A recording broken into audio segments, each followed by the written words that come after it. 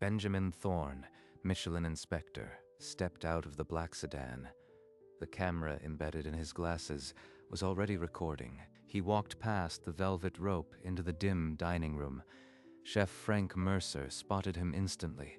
We don't serve their kind, subtle flavors. Anthony, bring that bisque back to the pass. I said, bring it here. Now. In full view of the open kitchen, Frank gathered spittle and let it drop into the silky bisque. The yellow lens in Benjamin's glasses caught every frame. The discreet camera recorded 4K video and audio. Benjamin hadn't blinked. He hadn't moved. He just watched the bowl when it arrived. A waiter set the porcelain bowl before him. The bisque shimmered golden pink, flecks of lobster oil on the surface. Exactly as it always did. 1 spoonful, for the file. He tasted. The bisque was flawless. The insult in it, invisible to everyone but the man who had put it there. Got you. Benjamin finished the bisque slowly, set the spoon down, and signaled for the check. Nothing in his face betrayed what he knew. The bill arrived, handwritten on cream stock. He studied it a moment, then wrote the tip clearly. 20%. He folded the napkin, stood, and walked toward the door without a glance back at the open kitchen. In the driver's seat of his rental sedan, Benjamin pulled out his laptop. The parking lot was silent, streetlights smearing on the windshield. No subject line drama, just the timestamp and location. He attached the video file with a short message, "You urgent Maison Rue inspection, table 7, then pressed send. It's in the system now. Can't call it back. Good. He sat back. The inspector manual said, wait for acknowledgement. Hours, days. He had just lit a fuse. Now we see what the guide is made of. He closed the laptop, started the engine, and pulled out into the rain. Behind him, Maison Rue glowed warmly, still serving, at Michelin Guide headquarters. Dawn broke over the city. Evelyn Park's computer chimed with a flagged message from a field inspector. She opened the attachment with the detached curiosity of a senior director, and then the video played. This isn't a mistake. This is a crime. This is Park. I need full legal review. Emergency session by noon. 2 hours later, Benjamin's phone buzzed in the sterile quiet of the hotel room. The acknowledgement code meant the file was in active review. They're taking it seriously. Now the waiting starts. The inspector's code. Never reveal identity. This has to work without me being seen. He walked to the window, staring at the city lights, running through the protocol again. No names, no faces, only evidence. In her office, Evelyn replayed the final seconds of the video. Then she emailed the board. This is unprecedented. We act or we lose everything. The investigation was now official. Benjamin turned from the window, his anonymity held, but the fuse was burning faster. The following morning, Maison Rue was prepping for lunch service. Chef Frank arrived late, and in a foul temper, his voice already cutting through the kitchen. This sauce is split, you useless donkey. Do I have to do everything myself? And that complaint from table 6 last night? Probably another one of those people who don't belong in a fine dining room. He hasn't mentioned last night. He doesn't even think it was wrong. Anthony, you are lagging on the poisson. What's the matter? Am I working you too hard? No, chef. Just a bit tired. I saw him spit. I watched him do it and I said nothing. Prep continued in a brittle silence. Anthony focused on his station, but his hands trembled, and he avoided Frank's gaze. Later, in the staff locker room, Anthony sat alone on the wooden bench, head bowed. I can't keep doing this. That afternoon, Evelyn Park stood before the Michelin Executive Board. The conference room was cold with tension. This video shows a 2-star chef deliberately contaminating a diner's food with racist intent. We cannot look away. The board's lawyers pushed back. Frank Mercer had powerful backers. A public revocation could trigger a lawsuit that might bankrupt the guide. They voted to delay a decision for 72 hours, pending further deliberation. Evelyn's jaw tightened. Across town, Benjamin sat in a quiet cafe, nursing an espresso, his laptop open to a news feed. No public word yet. 3 days. Long enough for lawyers to bury evidence. Long enough for me to be exposed. A notification popped up from an encrypted number. I know what Frank did. Meet me. 7 p.m. at the old railway park bench. Come alone. This could be a setup, or the only person inside Maison Rue with a conscience. If I go, I break protocol. If I ignore it, I might lose the best corroboration I'll ever get. He copied the message to a secure drive, then deleted it. The decision was already made. He'd be there at exactly 7. Benjamin sat on the cold bench at the old railway park. The street lamps were just flickering on. A hooded figure walked straight toward him, hands in pockets, not looking around. The anonymous message had been drafted from a public library terminal that afternoon, sent through a burner account. You're Anthony Rivera, the sous chef. He had been reviewing the kitchen security footage for weeks, late at night, in the walk-in, compiling a dossier. I watched him spit in that soup and I said nothing. I have it on tape, along with dozens of other incidents. He pulled a USB from his jacket and pressed it into Benjamin's palm. This could get you arrested. Frank will bury you in lawsuits. Staying silent was worse. I can't look in the mirror anymore. He turned and vanished into the dark. Benjamin sat alone, the drive heavy with 5 years of hate. That same night, Frank sat in his cluttered office, a glass of whiskey in his hand, when his phone rang. A friend in the food press. What whisper campaign? Who's talking?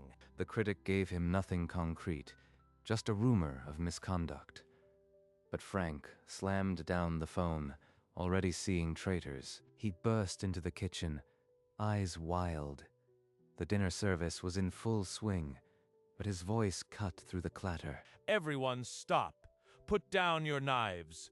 Someone in this kitchen is leaking to the press. I built this place. I made you. If I find the rat, I will destroy them.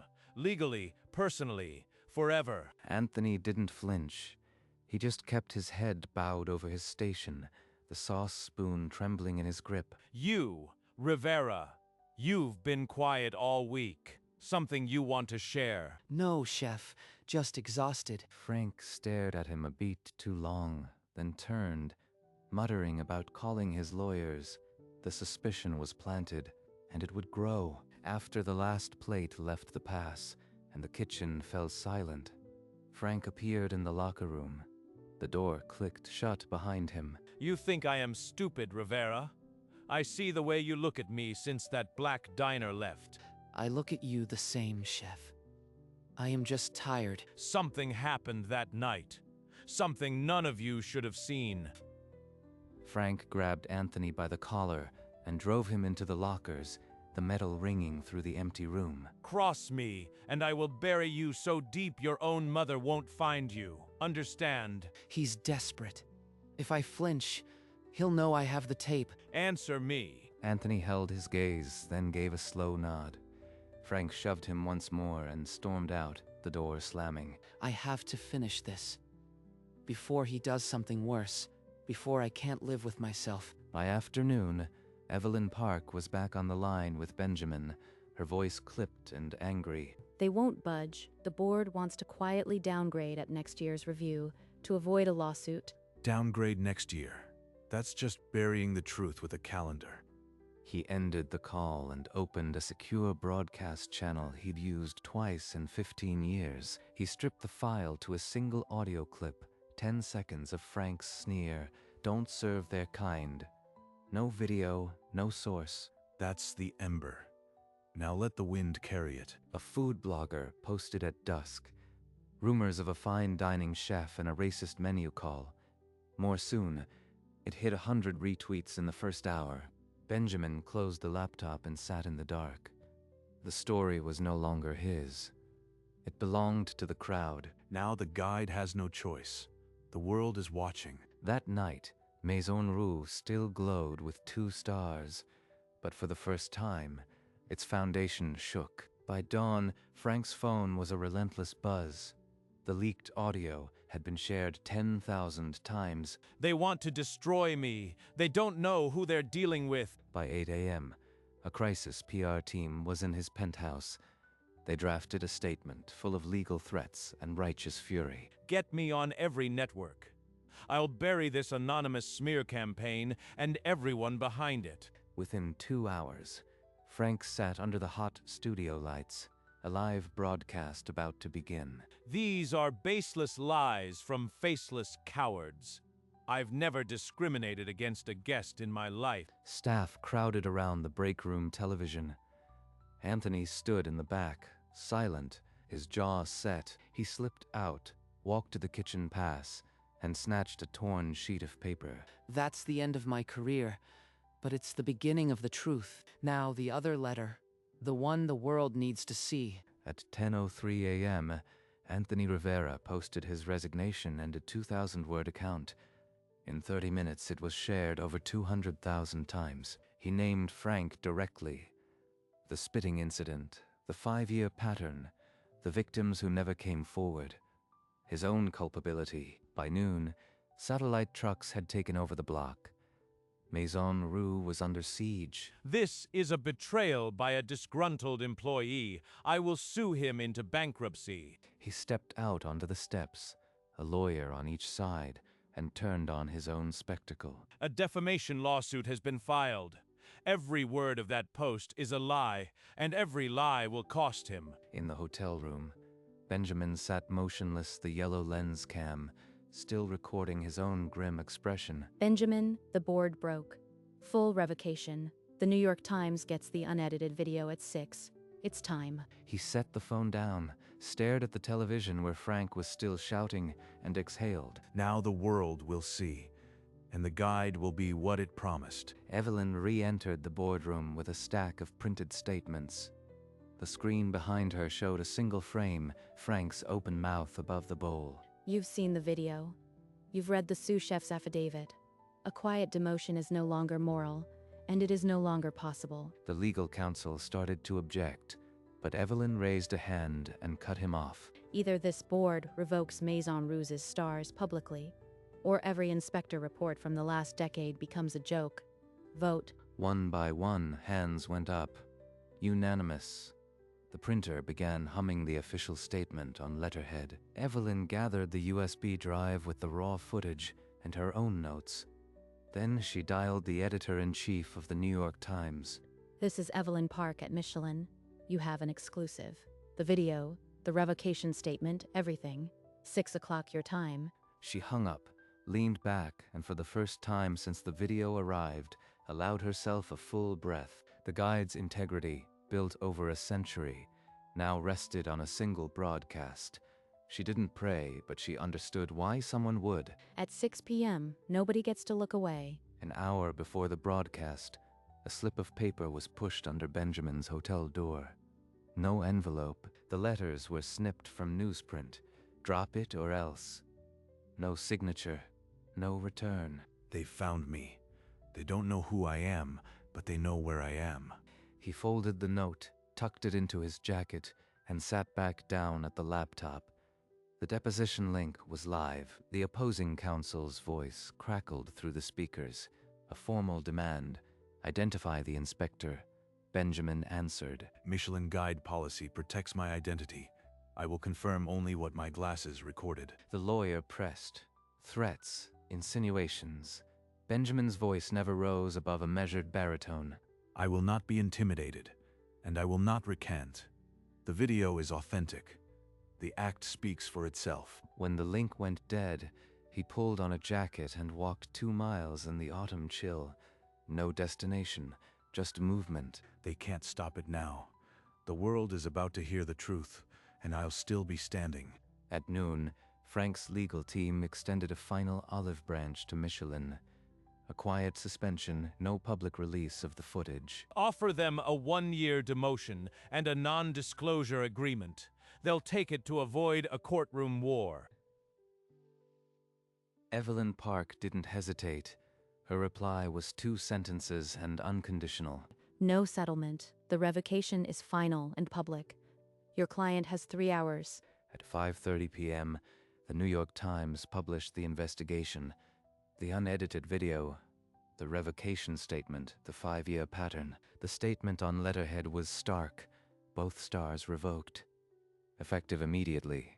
Never before had Michelin done this in North America. A press conference was scheduled for 6 live. No room for spin. They'll regret this. I'll file so many motions their grandchildren will need lawyers. But the legal noise was static against the coming roar. The room was packed, the podium empty, the world logged in. Now, start the feed. Evelyn Park walked to the podium.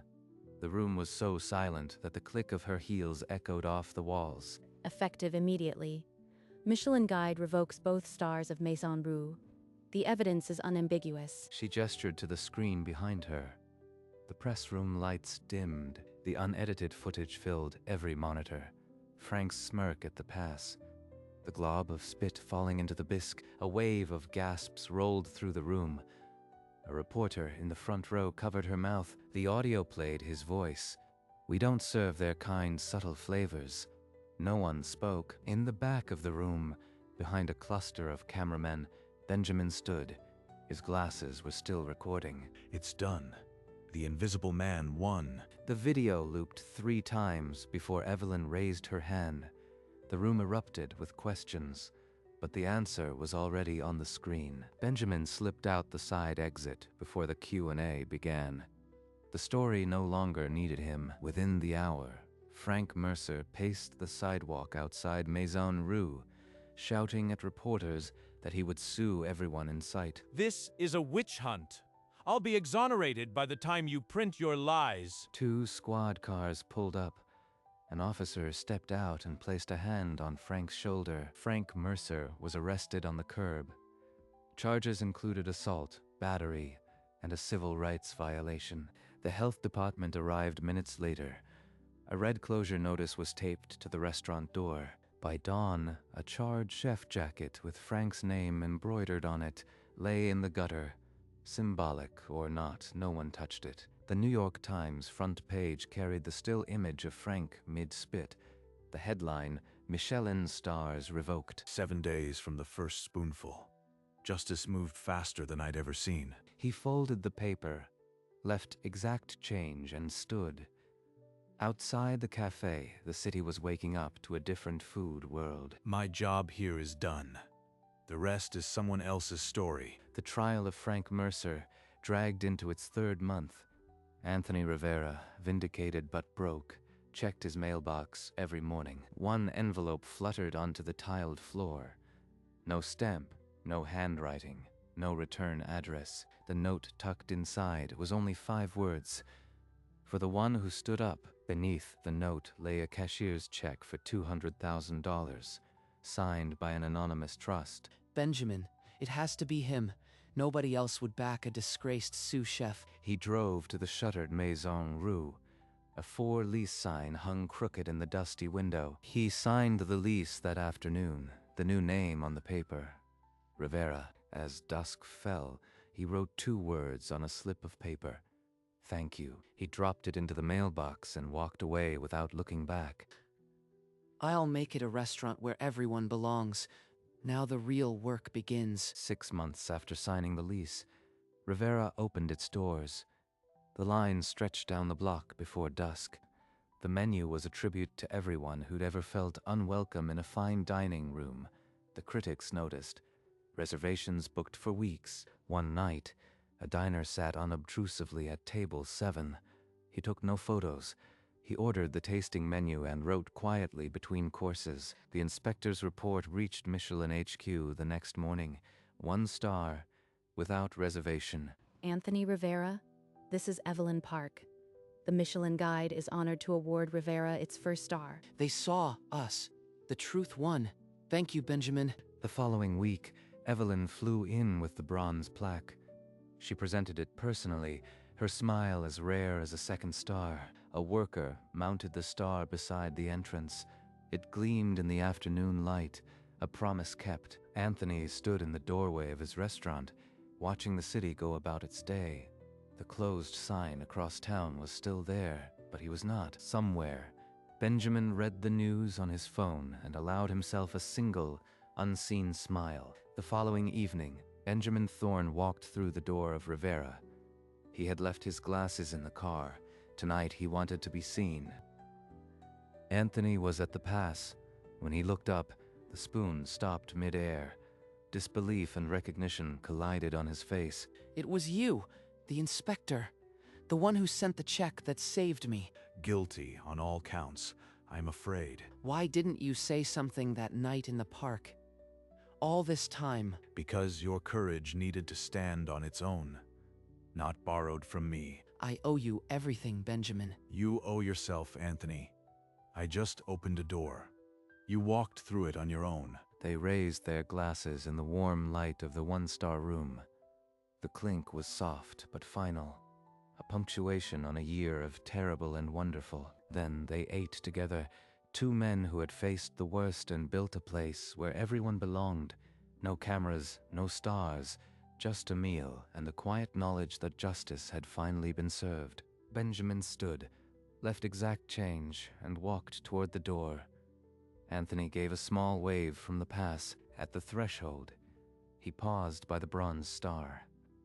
It gleamed in the soft light, proof of something larger than either of them. He reached up and removed his tortoiseshell glasses. The tiny yellow lens caught the star's reflection. He held them in his palm, studying the camera that had caught a crime, and started a reckoning. A faint smile touched his lips. He folded the glasses and slipped them into his pocket. He stepped out into the cool night. Above Rivera, the one star shone brighter than two had ever seemed. Benjamin walked down the quiet street. His shadow stretched and vanished, but the star remained. The camera in his pocket had seen the worst. The man who carried it had given the rest. Somewhere, a closed sign still hung, but here the door was open and would stay that way. The star above Rivera did not flicker, neither did the truth. The door of Maison Rouge stayed sealed, a red notice, the only thing that held. The bronze star on Rivera's wall was not a trophy. It was a promise that justice keeps. The New York Times front page bore a stain that could not be scrubbed, and did not need to be. Benjamin's glasses lay on a quiet table, the tiny camera still as a sentinel after the battle. No line stretched outside the closed restaurant. No one knocked. The silence was final. At Rivera, a different line formed every evening, a queue of people who finally felt seen. The headline faded from print, but the lesson embedded in the ink did not. The yellow lens caught nothing now except a reflection of the one star that rose from the worst. Above the city, a single star shone over a restaurant where everyone belonged. And the truth, it never flickered. It simply became the light. The one-star plaque wasn't a verdict. It was a vow, a promise that the light could hold. Benjamin Thorne had never needed to be seen, but his quiet decision had changed the city's skyline. From behind a pair of glasses, a single act of captured truth had leveled a kitchen and raised another from its ashes. Frank Mercer's name slowly washed from the city's tongue. The restaurant that replaced his bore a word anyone could belong inside. Anthony Rivera never forgot the night he gave a stranger a USB drive in the cold. That night, he had found himself again, the Michelin guide. Some said had never done such a thing, but it had, and now it always would. There would be other inspectors, other meals, but none would record what this one had. Proof that a star is not a right, but a responsibility. And the man who wore the glasses, he kept walking. Only the camera rested, its work finally complete. The one star above Rivera grew brighter as the night deepened. It did not compete with the city lights. It outshone them by simply being true. Stay for the people who hold the door open. They are the ones who change the shape of the world.